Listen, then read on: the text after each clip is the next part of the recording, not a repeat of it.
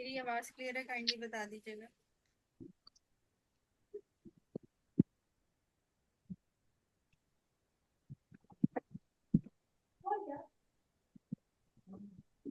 ये जितने भी लोगों का अनम्यूट साथ साथ म्यूट करते रहा करें, आप लोग ज्वाइन कर लेते हैं और म्यूट नहीं करते। अच्छा जी, आवाज क्लियर है? बता दें प्लीज, ताकि हम कंटिन्यू करें। ओके फाइन, ठीक हो गया। अब एमआई के अंदर हमारे पास जो है वो that is the non STEMI, वही बात है पहली, ठीक है, जिसके अंदर एसटी एलिवेशन नहीं आती है। ठीक है, ये सब एंडोकार्डियल इंफाक्ट होता है। ठीक है, सब एंडोकार्डियल इंफाक्ट के अंदर ये आ जाता है। और जो ट्रांसम्यूरल इंफाक्ट होता है that is the ST segment elevation MI, जो नॉर्मली हमारा स्टेमी होता है। ठीक है, उसके अंदर ट्रांसम्यूरल इंफाक्ट आता है। ये एमसीक्यूज आता है। ठीक है, जिसमें सब एंडोकार्डियल और ट्रांसम्यूरल इंफाक्ट का पूछा जाता है। ठीक हो गया। इसके बाद एसटी डिप्रेशन अगर ईसीजी पे आ रहा है that is the non STEMI, जिसमें एसटी एलिवेशन नहीं आएगा, लेकिन कार्डिक एंजाइम्स जो हैं वो पॉजिटिव होंगे। और अगर एसटी सेगमेंट एलिवेशन आ रहा है तो उसके अंदर जो है वो ट्रांसम्यूरल इन्वॉल्वमेंट होगी। Full thickness of the muscles जो हैं वो कार्डिक मसल्स पूरे कंप्लीटली इन्वॉल्व होंगे। और जब वो कंप्लीटली इन्वॉल्व होंगे उसकी वजह से जो है वो एसटी एलिवेशन भी आएगी। अब बेस्ट इन्वेस्टिगेशन हमारे पास बेस्ट इनिशियल जो है वो ईसीजी ही होती है। दोनों का बता रही हूँ, स्टेमी का और नॉन स्टेमी, हम दोनों पढ़ा रही हूँ ना एमआई के साथ। ठीक है, तो बेस्ट इन्वेस्टिगेशन हमारे पास ईसीजी ही होती है। लेकिन जो चॉइस है फर्स्ट 6 आवर्स के अंदर वो है ईसीजी, फर्स्ट 6 आवर्स के अंदर। ठीक है, और बेस्ट इनिशियल भी हमारे पास ईसीजी है। 1 to 2 आवर्स में मायोग्लोबिन, उसी तरह ही 3 to 4 आवर्स तक हमारे पास सीकेएम भी। 4 आवर्स के बाद हमारे पास ड्रॉप आए। ठीक है, फिर उसके बाद सेंसिटिव और स्पेसिफिक मैंने आपको बता दिया था। सेंसिटिव कौन सा है? मायोग्लोबिन। ठीक है, यहाँ पे थोड़ी करेक्शन करनी है, डबल ए के अंदर भी। और स्पेसिफिक,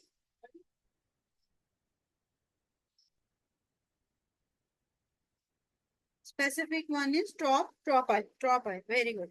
ठीक है, फिर उसके बाद हमारे पास 3 लीड मेन इंपॉर्टेंट जो है ना वो आर्टरीज जो है वो सप्लाई कर रही होती है। ठीक है, अब मैं आर्टरीज आपको दिखा देती हूँ। वैसे ये हमने एनाटॉमी में भी आर्टीरियल सप्लाई जो है वो कम्प्लीटली डिस्कस करनी है, तो यहाँ पे हम थोड़ा बहुत नो हाउ ले लेंगे कि आर्टीरियल सप्लाई जो हार्ट की है वो क्या है।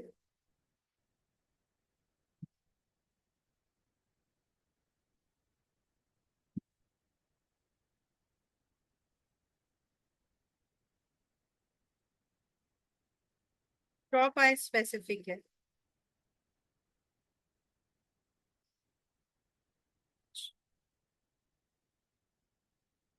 चलो,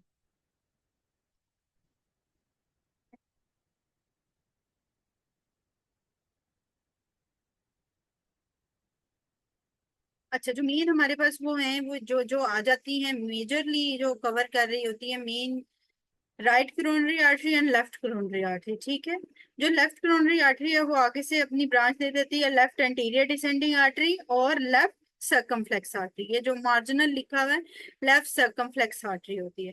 जो राइट करोनरी आर्टरी होती है वो अपनी ब्रांच ये राइट मार्जिनल आर्टरी देती है। ठीक है, और राइट मार्जिनल आर्टरी भी तब देती है जब ये एवी नोड को, राइट मार्जिनल आर्टरी के बाद एवी नोड को भी सप्लाई करती है। ये एक एमसीक्यूज भी आता है कि right coronary artery after it giving its branch to the right marginal artery supplies the AV node। ठीक है, तो ये एक एमसीक्यूज भी आता है। जो राइट coronary artery है ये इसकी एक ब्रांच यहाँ से, ये जो नीचे से जा रही है ये पीछे की तरफ जाती है। ठीक है, पीछे की तरफ ये पोस्टीरियर जो है वो इंटरवेंट्रिकुलर आर्टरी बन जाती है। ठीक है, राइट coronary artery पीछे की तरफ एक ब्रांच देती है।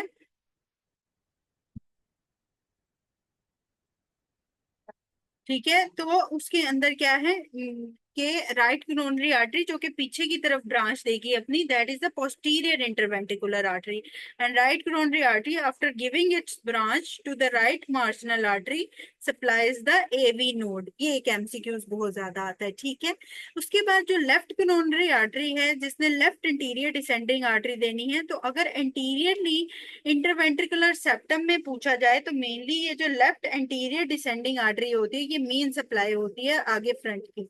और जो लेफ्ट ये मार्जिनल यहाँ पे लिखा हुआ है, यहाँ पे होती है लेफ्ट सर्कमफ्लेक्स आर्टरी, ये जो रेड में शो हो रही है। ये जो लेफ्ट सर्कमफ्लेक्स आर्टरी है ये laterally to the left atrium और लेफ्ट वेंट्रिकल लैटरल और पोस्टीरियर पोर्शन इसका थोड़ा सा एरिया कवर कर रही होती है, ठीक है, इस एरिया को मेनली कवर कर रही होती है left circumflex artery.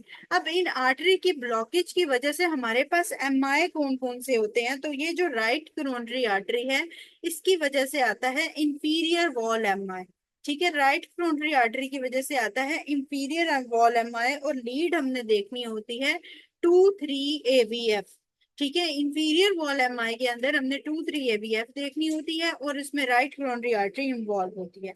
Anterior wall के अंदर हमारे पास एंटीरियरली ये लेफ्ट एंटीरियर डिसेंडिंग आर्टरी आ जाती है, ठीक है, अगर एंटीरियर वॉल एमआई आएगा तो उसमें left anterior descending artery block होगी, ठीक हो गया। उसके बाद ये जो लेफ्ट इंटीरियर डिसेंडिंग आर्टरी है इसके लिए लीड जो है वो V1 से लेके V6 तक होती हैं एंटीरियरली। और फिर लेफ्ट सर्कमफ्लेक्स जो आर्टरी होती है उसके लिए हमारे पास ये लैटरल वॉल क्योंकि सप्लाई करती है तो लैटरल वॉल एमआई आ जाता है लेफ्ट सर्कमफ्लेक्स आर्टरी से। और इसके साथ 1 और AVL मेन मेन इंपॉर्टेंट जो है वो लीड 1 और AVL जो है वो आ जाती है, ठीक है, ठीक है। Right coronary artery, left coronary artery, right coronary artery give its branch to the marginal artery and posterior interventricular artery होती है जो कि राइट कोरोनरी आर्टरी सप्लाई करती है। ये जो नीचे यहाँ से जा रही है ना ये पीछे जा रही है राइट कोरोनरी आर्टरी, ये पीछे जाके जो इंटरवेंट्रिकुलर सेप्टम के दरमियान सप्लाई करेगी वो है पोस्टीरियर इंटरवेंट्रिकुलर सेप्टम के अंदर राइट कोरोनरी आर्टरी की branch. Left left interior descending जो कि एंटीरियर वॉल एमआई करती है और लेफ्ट सर्कमफ्लेक्स आर्टरी जो कि लैटरल वॉल एमआई करती है, क्योंकि ये लेफ्ट एट्रियम और वेंट्रिकल के लैटरल और पोस्टीरियर वॉल के एक पोर्शन को कवर कर रही होती है। ये लेफ्ट सर्कमफ्लेक्स आर्टरी, मार्जिनल यहाँ पे लिखा हुआ है लेफ्ट सर्कमफ्लेक्स आर्टरी, ठीक है। ये यहाँ पे इस पिक्चर में सर्कमफ्लेक्स ब्रांच बनाई हुई है, ये लेफ्ट सर्कमफ्लेक्स आर्टरी है, ये राइट कोरोनरी आर्टरी है, ठीक है। और ये अपनी एक ब्रांच जो है ये पोस्टीरियर जो ब्रांच देती है वो ये डॉटेड लाइन में इन्होंने फिर शो की हुई है पोस्टीरियर इंटरवेंट्रिकुलर आर्टरी, ये डॉटेड लाइन में, ठीक है, जो पीछे वेंट्रिकल्स के बिटवीन होती है ये डॉटेड लाइन में पोस्टीरियर है। ये जो सामने आ रही है ये इंटीरियर वॉल एमआई के लिए है, that is the anterior left anterior descending artery, ठीक है। तो ये इंपॉर्टेंट आर्टरीज हैं जो कि आती हैं, ठीक है।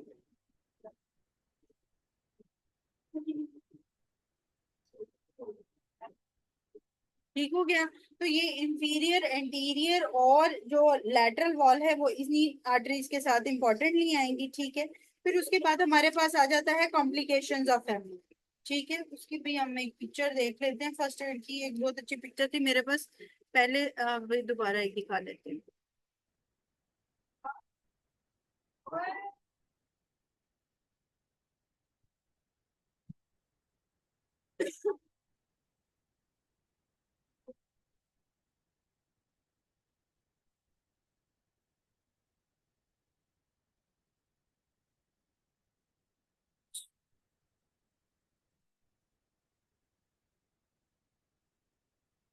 अच्छा अब ये पिक्चर थोड़ी सी,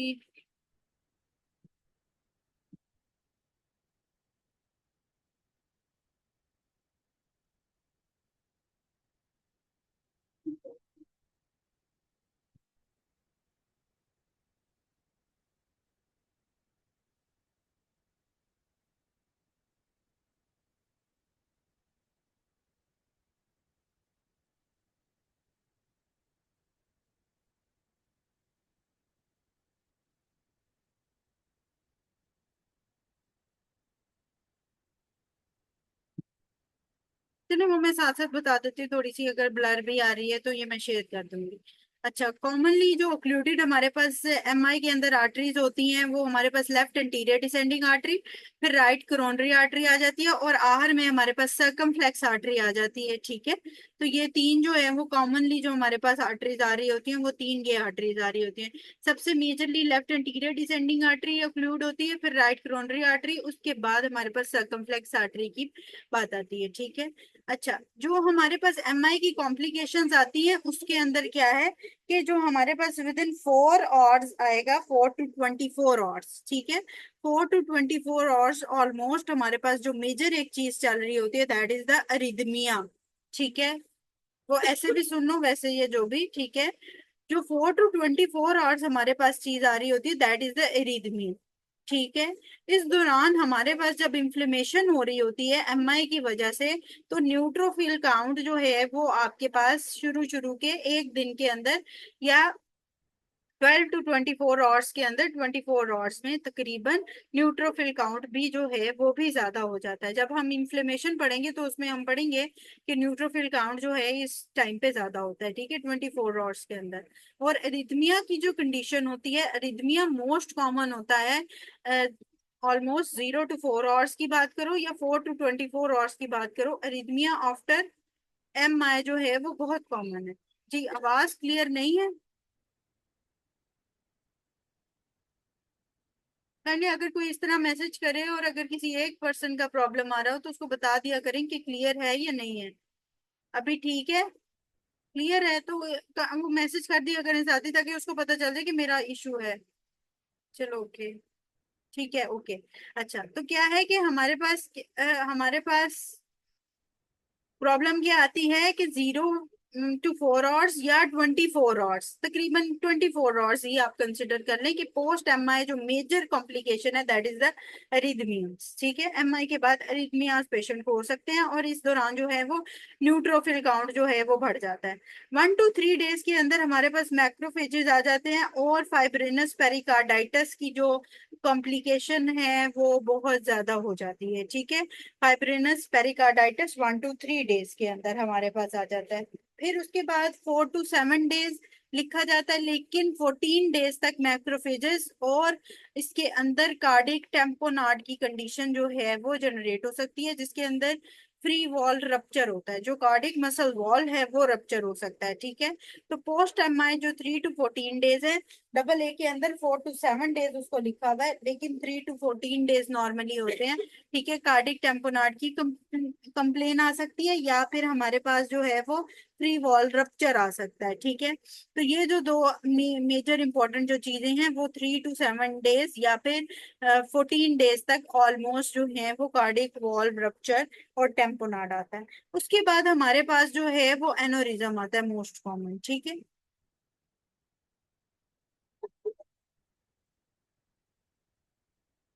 ठीक है। आखिरी जो आ जाता है 2 weeks to several months जो हमारे पास आ जाता है, इसके अंदर स्कार्स बन जाते हैं, ठीक है। मैक्रोफेजेस वगैरह की कहानी खत्म हो जाती है, स्कार्स बन जाते हैं और इसके अंदर जो है वो एनोरिज्म आ जाता है, ट्रू एनोरिज्म, ठीक है। और ड्रेसलर सिंड्रोम भी बाज दफा लिखा जाता है इसके अंदर, ठीक है। तो इसमें कॉम्प्लिकेशंस कैसे हैं? 24 आवर्स तक अरिथमियाज हैं, 3 डेज तक आपके पास फाइब्रेनस पेरिकार्डाइटिस आ जाता है पोस्ट एमआई, 3 to 14 डेज के अंदर हमारे पास जो है वो कार्डिक टेम्पोनाड या फ्री वॉल रप्चर आ सकता है, और 2 weeks to several months जो है स्कार फॉर्मेशन के बाद ड्रेसलर सिंड्रोम या फिर ट्रू एनोरिज्म जो है वो वेंट्रिकल एनोरिज्म वो आ सकता है, ठीक है। तो ये सारी कॉम्प्लिकेशंस हमारे पास आ जाती हैं with the post MI complications, ठीक हो गया। अच्छा, ये मैं पिक्चर शेयर कर दूंगी ग्रुप में, तो वो आप लोग फिर देख लीजिएगा, वहां पे क्लियर हो जाएगी, ठीक है।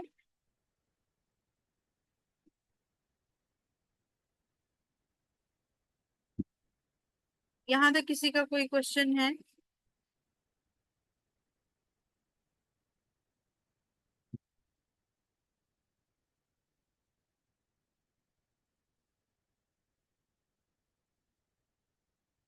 ठीक हो गया, सही है। एमसीक्यूज जो एमसीक्यूज इसी में से ही आएंगे ना, यही पूछा जाएगा 4 आवर्स के बाद क्या होगा, 24 आवर्स के बाद कौन सी कॉम्प्लिकेशन हो सकती है, 1 to 3 डेज के बाद कौन सी कॉम्प्लिकेशन, यही एमसीक्यूज ही है, ठीक है। ओके। अच्छा, उसके बाद क्या है कि हार्ट ब्लॉक्स हम देखते हैं, first degree heart block, second degree heart block और कंप्लीट हार्ट ब्लॉक जो कि थर्ड डिग्री हार्ट ब्लॉक्स होते हैं। ठीक हो गया। जो फर्स्ट डिग्री हार्ट ब्लॉक है उसमें सिर्फ एक चीज याद रखनी है कि पी आर इंटरवल प्रोलॉन्ग हो जाएगा। फर्स्ट डिग्री हार्ट ब्लॉक में पी आर इंटरवल प्रोलॉन्ग हो जाएगा, एमसीक्यूज में लिखा हो prolong P R interval, that is the first degree heart block. Second degree heart block की दो टाइप्स होती है, मोबिट्स टाइप 1 एंड टाइप 2, ठीक है। जो टाइप 1 है उसके अंदर क्या है, उसके अंदर हमारे पास है कि प्रोलॉन्ग पीआर इंटरवल होगा और एक ड्रॉप बीट आएगी। ठीक है, ये हम पिक्चर्स भी साथ में देख लेते हैं ताकि जरा इजी हो जाए। और ब्लॉक इसी।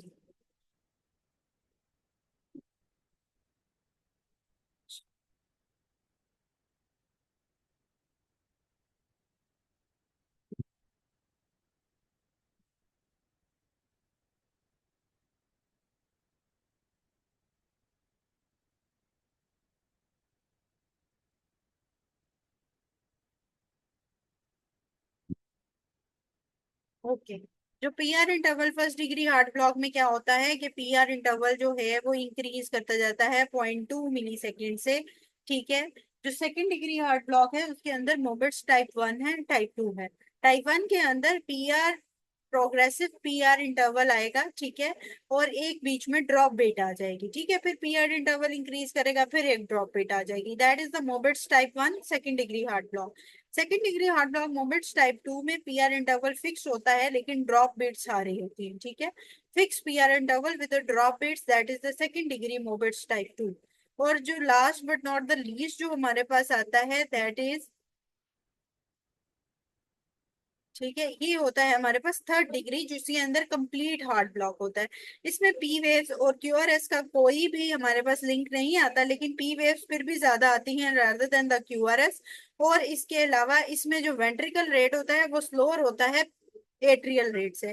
वेंट्रिकल रेट अगर स्लोअर होगा एट्रियल रेट से तो ऑटोमेटिकली आपको समझ आ जाएगा कि अगर एट्रिया ज्यादा काम कर रहा है वेंट्रिकल से तो पी वेव ज्यादा होंगी क्यूआरएस से। ठीक है, तो इसका एक ये भी इसके पीछे बात है, पी वेव इसलिए भी ज्यादा होती है क्योंकि एट्रियल रेट ज्यादा होता है इसमें वेंट्रिकल रेट से। इसकी वजह से जो है इसके अंदर third degree complete heart block में पी वेव ज्यादा आती है rather than the QRS। ठीक है, और इसी वजह से जो है वो पी एट्रियल रेट भी ज्यादा होता है वेंट्रिकल रेट से इसके दौरान। ठीक हो गया। अच्छा, अब इसमें जो है वो जो एमसीक्यूज आते हैं वो इसी तरह ही आएंगे। अगर प्रोलॉन्गेशन ऑफ पीआर इंटरवल आ गया तो आपको पता होना चाहिए फर्स्ट डिग्री ब्लॉक है। पीआर इंटरवल के साथ ड्रॉप बीट आ रही है तो सेकंड डिग्री टाइप 1 है। सिर्फ ड्रॉप बीट आ रही है, फिक्स पीआर इंटरवल है तो टाइप 2 है, और उसके बाद थर्ड डिग्री हार्ट ब्लॉक है। अच्छा, अब मुझे ये बताएं जाइंट ए वेव किस में आती है।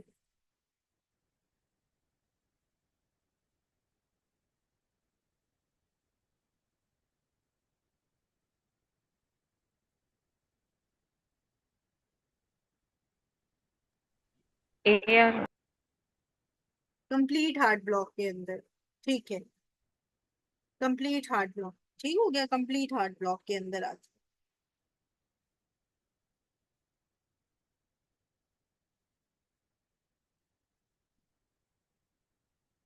अच्छा चलें, अब आगे जो है वो करने वाली क्या चीज है हमारे पास।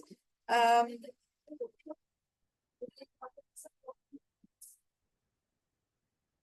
अच्छा, अब हम कर लेते हैं एंडोकार्डाइटिस जिसके अंदर इन्फेक्टिव एंडोकार्डाइटिस आ जाता है हमारे पास और रूमेटिक फीवर आ जाता है। जो एंडोकार्डाइटिस है इसके अंदर हमारे पास एमसीक्यूज ये आते हैं कि जो एक्यूट इन्फेक्टिव एंडोकार्डाइटिस है, क्या दिखा दूं,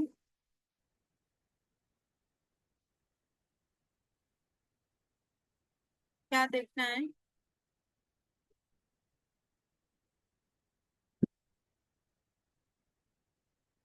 कल वो मैंने जेवीपी के साथ दिखाई थी काइंड, उसमें वो रिपीट में देख लीजिएगा जेवीपी। जेवीपी की जो जॉइंट ए वेव आती है वो कंप्लीट हार्ट ब्लॉक में आती है।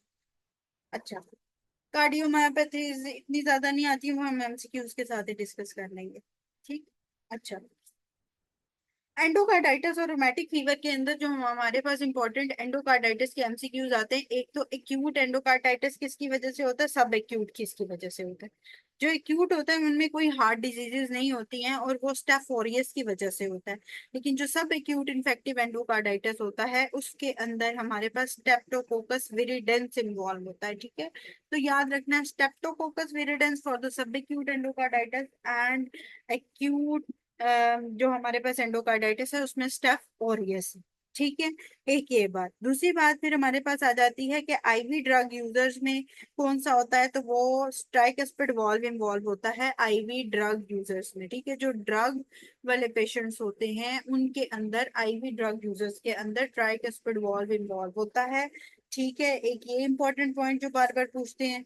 फिर उसके बाद प्रोस्थेटिक वॉल्व्स का पूछा जाता है कि ऐसा पेशेंट जिसके अंदर प्रोस्थेटिक वॉल्व हो उसमें कौन सा इन्वॉल्व होता है, तो उसमें भी स्ट्रेप्टोकोकस एपिडर्माइडस इन्वॉल्व होता है। ठीक है, और अगर कोलोन कैंसर है तो स्ट्रेप्टोकोकस प्योरियस है। ये तीन चार जो पॉइंट्स लिखे हुए हैं they are very important with the MCQs point of view, क्योंकि उसमें वो थोड़ी सी स्टेटमेंट चेंज करके आपसे पूरा जो है वो ऑर्गेनिज्म चेंज करके पूछ लेते हैं। ठीक हो गया। अब इसके अंदर हमारे पास लिबमैन इन्वॉल्वमेंट भी आ जाती है। लिबमैन इन्वॉल्वमेंट के अंदर क्या होता है कि उसमें हमारे पास फ्लैट और स्मॉल वेजिटेशंस आती हैं। लेकिन अगर हमारे पास लार्ज वेजिटेशंस का एमसीक्यूज आए तो वो उसमें आते हैं इन्फेक्टिव एंडोकार्डाइटिस की ऑप्शन को चूज करना है। अगर स्मॉल वेजिटेशंस लिखी हुई आई हैं, कोई भी ऑर्गेनिज्म नहीं पूछा हुआ, तो वो लिबमैन सैक एंडोकार्डाइटिस है। लेकिन अगर लार्ज आपके पास वेजिटेशंस का वो पूछता है, तो उसके अंदर आपने इन्फेक्टिव एंडोकार्डाइटिस में जो है वो उसके साथ जो है वो इन्वॉल्व करना है। आईवी ड्रग यूजेस में भी मोस्ट कॉमनली टाइकस्पर्ट वॉल्व इन्वॉल्व होता है, और उसमें भी जो है वो ये स्ट्रेप्टोकोकस विरिडेंस के साथ ही आ रहा होता है। ठीक है, फिर उसके बाद एसएलई के साथ भी, हाँ जी, इस एसएलई के साथ भी लिगमेंट सैक एंडोकार्डाइटिस एसोसिएटेड होता है, ये एमसीक्यूज भी आता है। इसमें जितनी भी चीजें लिखी हुई है ना, ये एमसीक्यूज के हिसाब से ही है। ठीक है, फिर नॉन बैक्टीरियल जो अगर कॉज है एंडोकार्डाइटिस का, तो अगर वो नॉन बैक्टीरियल कॉज है तो फिर वो मलिग्नेंट कॉज होगा, वो नियोप्लास्टिक कॉज होगा। तो वो टर्मिनल नियोप्लाज्म उसका कॉज होगा अगर नॉन बैक्टीरियल कॉज है तो। ठीक है, फिर एंडोकार्डाइटिस का हमारे पास क्राइटेरिया आ जाता है। ठीक है, ड्यूक्स क्राइटेरिया वो मैं आपको दिखा देती हूँ।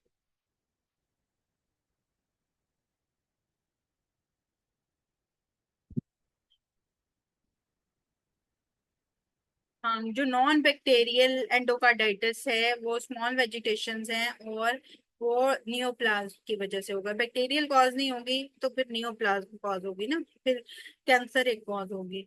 ठीक है।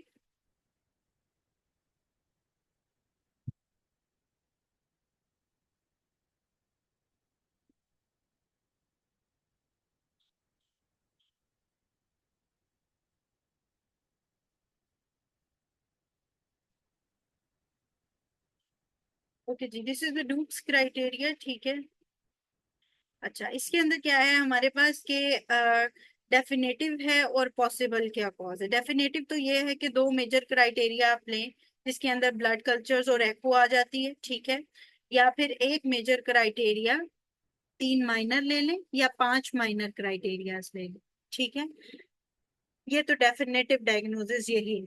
इसको ही याद रखना है क्योंकि यही मेजरली पूछा जाता है कि दो मेजर क्राइटेरिया जिसमें ब्लड कल्चर्स और एको आ जाते हैं मेजर क्राइटेरिया में, और माइनर क्राइटेरियाज में हमारे पास यही ऑस्लर नोड्स, रॉड स्पॉट्स, मरमर्स, जेनवेलियंस। ठीक है, ये सारी चीजें जो आ जाती हैं वो हमारे पास माइनर क्राइटेरियाज में आ जाती है।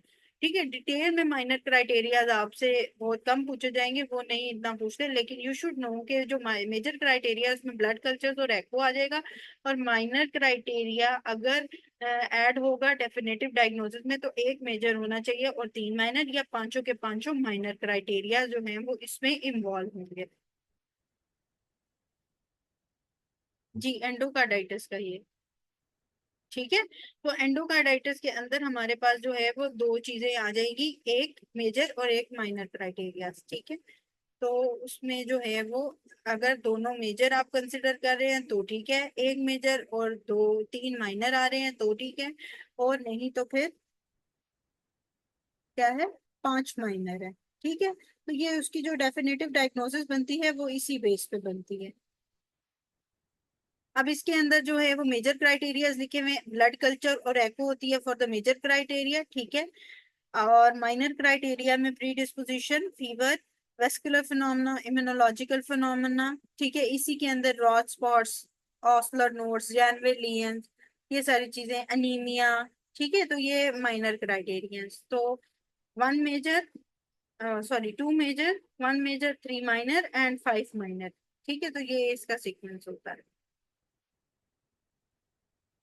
इसके बाद जो हमारे पास रोमेटिक एमसीक्यूज में डॉक्टर लीना इसी तरह ही आता है विद द ऑर्गेनिजम्स। और मेजर कितने लेने हैं, माइनर क्राइटेरिया डेफिनेटिव डायग्नोसिस पे कैसे है, मेजर नहीं, नहीं बताते नहीं है, लेकिन हाँ बता भी सकते हैं, लिखा भी जा सकता है। ठीक है, और उससे आपको डायग्नोज करना पड़ेगा कि ये इन्फेक्टिव एंडोकार्डाइटिस है या नहीं। ठीक है, आ भी सकता है। ठीक है, तो you should know about the major and minor criterias too, और इसके अलावा कौन कौन सा ऑर्गेनिज्म है, मोस्ट इम्पोर्टेंटली ये पूछा जाता है। अच्छा, इसके बाद है रूमेटिक फीवर। रूमेटिक फीवर के अंदर जो मोस्ट इंपॉर्टेंट एमसीक्यूज है, एक तो ये होता है किससे है, group A beta haemolytic streptococcus नमूनिया। ठीक है, स्टेप्टोकोकस नमूनिया कहेगी। ठीक है, group A beta haemolytic streptococci की वजह से होता है। ठीक है, और ये फेरेंजाइटिस के बाद मोस्ट कॉमनली हो रहा होता है। ठीक हो गया, इसके अंदर माइट्रल वॉल्व ज्यादा इन्वॉल्व होता है देन द एओटिक वॉल्व। ठीक है, और शॉफ बॉडीज जो हैं और एंटी शॉ सेल्स जो हैं वो इन्वॉल्व होते हैं। ये मोस्ट इंपॉर्टेंट है। ठीक है, Aschoff bodies and Anitschkow cells वो इन्वॉल्व होते हैं। और इसके अंदर हमने कुछ पढ़ा भी था, शॉक बॉडीज के लिए हमने कोई डी जनरेशन पढ़ी थी, अगर कोई आप में से बड़ा ऐसा बच्चा, 5 degeneration, very good doctor Ayesha, ठीक है, वेरी गुड। ठीक है, तो इसके अंदर जो है वो फाइब्रोनॉइड डिजनरेशन, इसकी हमने 3 स्टेजेस भी पढ़ी थी। ठीक है, डिजनरेशन के साथ, तो उसके अंदर वो भी आ जाती है। ठीक है, Aschoff bodies and Anitschkow cells के साथ एसोसिएशन उसने लिखी हुई थी। फिर इसके अंदर हमारे पास जॉन्स क्राइटेरिया होता है। ठीक है, जॉन्स क्राइटेरिया में जे से जो होता है वो जॉइंट इन्वॉल्वमेंट होती है। ओ जो है वो हार्ट की लुक देता है, तो उससे जो है वो हार्ट इन्वॉल्वमेंट होती है। एन से जो है वो सबक्यूटेनियस नोड्यूल्स होते हैं। ई से एरिथमा मार्जिनेटम होता है। और एस से जो है वो सिडनाम कोरिया होता है। ठीक है, माइनर क्राइटेरिया में फीवर, आर्थरालजिया, ईएसआर। ठीक है, और प्रोलॉन्ग पीआर इंटरवल और लीकोसाइटोसिस होता है। ठीक है, तो माइनर एंड मेजर क्राइटेरिया इसके दोनों कंसिडर किए जाते हैं। स्टेप्टोकोकस होता है, इसके अलावा एएसओ टाइटर्स इसमें देखने होते हैं, या रिसेंट स्टेप्टोकोकल अगर कोई इन्फेक्शन हुआ है तो आपको पता चल जाता है। थ्रॉट कल्चर मोस्ट इंपॉर्टेंट है, उसके बाद हम एएसओ टाइटर्स पे जा सकते हैं कि एएसओ टाइटर्स जो हैं वो देखने होते हैं। ठीक है, दो मेजर जो है वो दो मेजर क्राइटेरिया जिसके डायग्नोस्टिक हो सकते हैं, या एक मेजर और दो माइनर क्राइटेरियाज। ठीक है, कोई भी चीज आ सकती है, दोनों मेजर या एक मेजर और दो माइनर। ठीक है, ये एमसीक्यूज वाइज ही आता है। Throat culture is most important than ASO titres. ठीक है, क्योंकि उसमें स्ट्रेप्टोकोकल इन्फेक्शन आपको मोस्ट कॉमनली और बहुत अच्छे से मिल जाता है। और group A beta haemolytic streptococci को नहीं भूलना। ठीक है, group A beta haemolytic streptococci इसमें इन्वॉल्व होते हैं। यहाँ तक किसी का कोई क्वेश्चन है?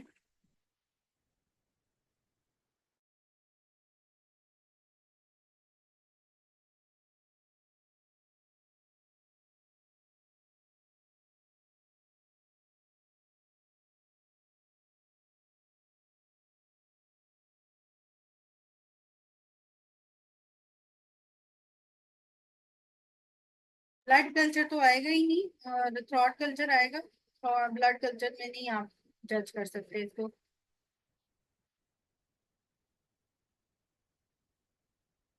डॉक्टर वनीजा, अगर आपके पास बुक है तो काइंडली उस पे उसको देखती जाए, साथ साथ मैं उसी से ही पढ़ा रही हूँ। मैं उसी से ही पढ़ा रही हूँ वैसे तो।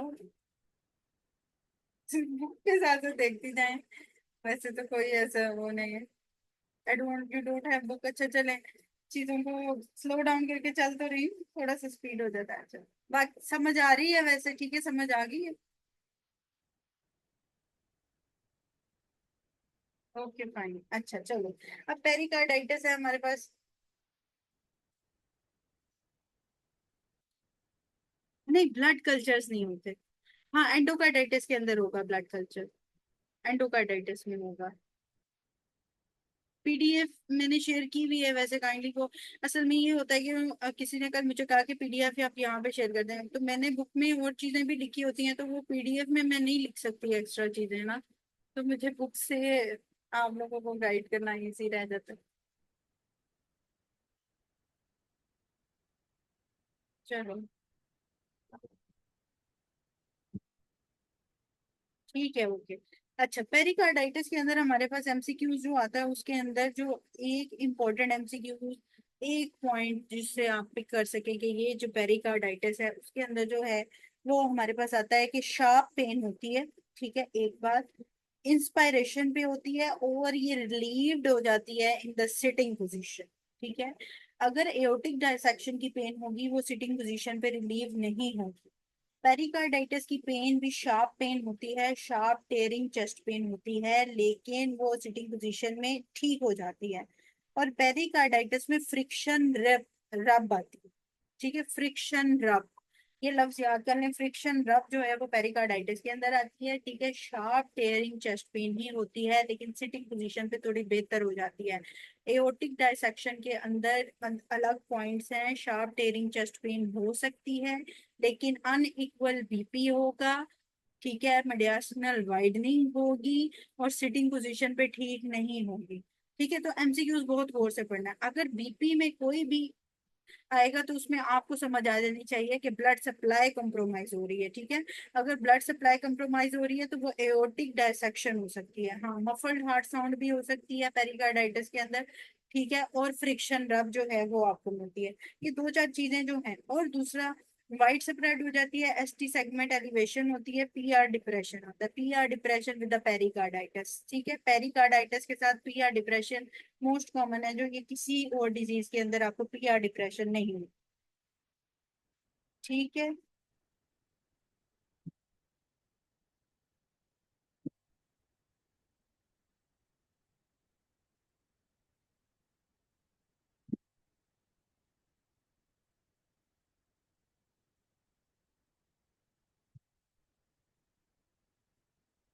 हाँ, एग्जामिनेशन पे जो है ना वो ऑस्कल्टेशन पे पता चलता है। जैसे कोई चीज किसी चीज के ऊपर आप रगड़ नहीं रहे होते, आप ये यूट्यूब पे भी साउंड सुन सकते हैं। जैसे कोई किसी सरफेस पे दूसरी सरफेस आप रगड़ेंगे तो वो फ्रिक्शन रब वो वाली साउंड आती है। ठीक है, वो ऑस्कल्टेशन पे आती है। ठीक है।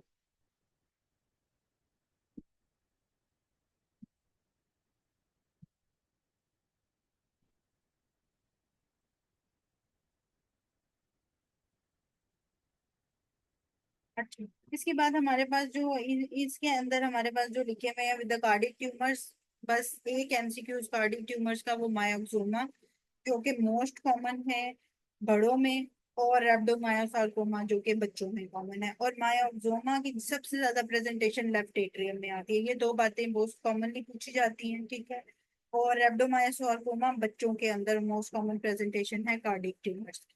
ठीक है, तो चीजें ये इस तरह बस याद करना है। अच्छा,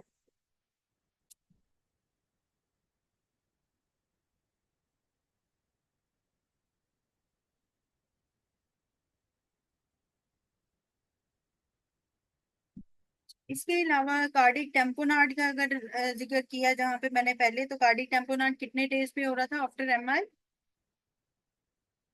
how many days after MI complications के अंदर कार्डिक टेम्पोनार्ड आएगा? हाँ, 7-14 डेज तक, ऑलमोस्ट 3 to 14 डेज की जो हमारी रेंज आएगी उसके अंदर कार्डिक टेम्पोनार्ड आएगा। कार्डिक टेम्पोनार्ड में तीन चीजें होती हैं। ठीक है, एक हाइपोटेंशन, बीपी कम आएगा पेशेंट का। ठीक है, नेक वेन्स डिस्टेंडेड होंगी, और इसके अलावा डिस्टेंट हार्ट साउंड्स आएंगी। ठीक है। ठीक है, और इसके अंदर ये बैक ट्रायड इसको कहा जाता है, कार्डिक टेम्पोनार्ड में ये आता है। और पोस्ट एमआई की कॉम्प्लिकेशन में ही ज्यादा इसको पूछ सकते हैं, या एमसीक्यूज में आपको ये ट्रायड की चीजें देके कार्डिक टेम्पोनार्ड का पूछ सकते हैं। ठीक है, और ज्यादातर पोस्ट एमआई के साथ ही पूछेंगे। ठीक हो गया। अच्छा, एक और एमसीक्यूज जो कि हमारे पास सीकेएमबी के उससे आता है, जो हमारा एमआई अगर रिकरेंट एमआई होता है ना तो उसमें भी हम सीकेएमबी को करते हैं, ये चीज भी याद रखिएगा। अम, दोबारा बता देती हूँ, तीन चीजें हैं कार्डिक टेम्पोनार्ड में: हाइपोटेंशन, डिस्टेंडेड नेक वेन्स, और तीसरी चीज है डिस्टेंट हार्ट साउंड्स। ठीक है, ये तीनों चीजें जो है वो कार्डिक टेम्पोनार्ड के एमसीक्यूज में आती हैं। ज्यादातर अलग से कार्डिक टेम्पोनार्ड के एमसीक्यूज नहीं आते हैं, आप पोस्ट एमआई कॉम्प्लिकेशन में पूछते हैं। ठीक है, तो ये बस बैक ट्रायड को याद रखें। और कि पोस्ट एमआई कॉम्प्लिकेशन में अगर 3 to 14 डेज या 7 डेज के अंदर अंदर कोई चीज पूछी जाए तो वो आपको पता हो कि कार्डिक टेम्पोनार्ड में ये तीन चीजें आती हैं। ठीक है, ओके।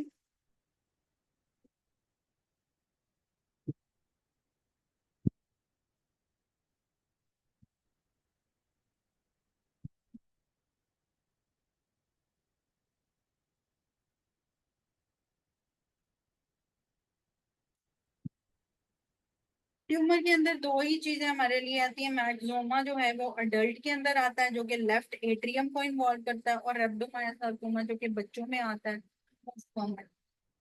Cardiac tumour.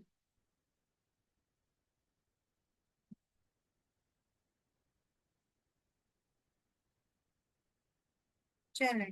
अच्छा, ये इंपॉर्टेंट मैंने चीजें डिस्कस करनी है, बाकी जो चीजें हैं ये हम एमसीक्यूज के साथ साथ डिस्कस कर लेंगे, ठीक है। अगर के अंदर दरमियान ये आ जाती है, ठीक है, चीजें जैसे कि कार्डियोमायोपैथी, उसके इतने ज्यादा एमसीक्यूज नहीं आते, ठीक है, तो वो बीच में ही जो आएंगे हम उन्हीं को डिस्कस कर लेंगे। ठीक है, ओके। यहाँ तक किसी का कोई क्वेश्चन है, कोई क्यूरी है, तो मुझे काइंडली बता दे।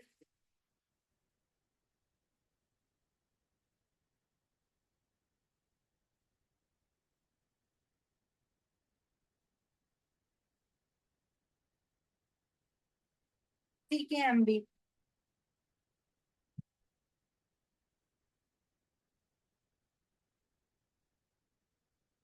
ठीक है, एमबी चेक करते हैं, ठीक है। और मसल के अंदर ना CKMM आता है, ठीक है। CKMM मसल्स के अंदर होता है, अगर मसल्स का कोई एमसीक्यूज आए तो वो CKMM है। CKMB हार्ट के साथ होता है, तो ये चीज भी याद रखनी है। ये मसल मस्कुलोस्केलेटल में आएगा एमसीक्यूज, लेकिन अभी वैसे आप इतना याद कर लें कि CKMB for the heart and CKMM for the muscle.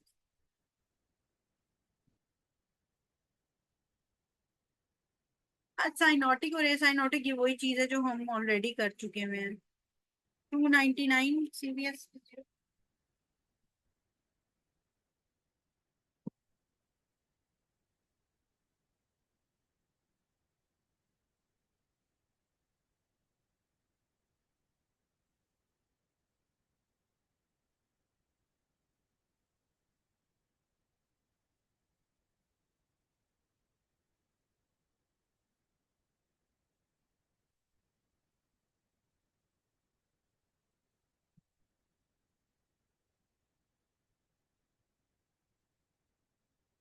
299 के अंदर थर्मोडिल्यूशन के साथ उसने बात की है। वो थर्मोडिल्यूशन मैंने आपको कल भी बताया था। थर्मो का मतलब ही होता है कि टेम्परेचर मेजरमेंट होती है, तो वो टेम्परेचर मेजरमेंट के साथ जो है वो करते हैं थर्मोडिल्यूशन मेथड। 200 से, हाँ जी। नेक्स्ट एमसीक्यूज आप लोगों ने खुद करने थे।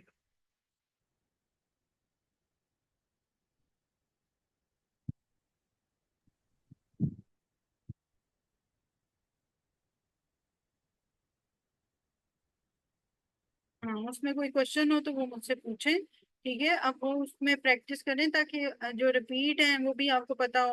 अब कौन से रिपीट है बीच में जो छोड़े हैं वो भी पता हो कि ये रिपीट है, ये नहीं रिपीट, और कोई नई चीज है तो वो पूछें, ठीक है। टेस्ट से पहले पहले कर लें। हाँ, वो मैंने कल शेयर तो किया था, यूट्यूब का। यूट्यूब चैनल पे आप जाएं, डॉक्टर हसीब एंड इंसिया पे, वहाँ पे प्लेलिस्ट में मेरे सारे लेक्चर्स पड़े हुए हैं, ठीक है।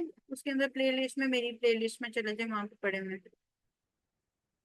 वैसे डॉक्टर उमैर शेयर कर नहीं देते आपको रिकॉर्डेड ग्रुप वाले में, मेरे ख्याल से कर।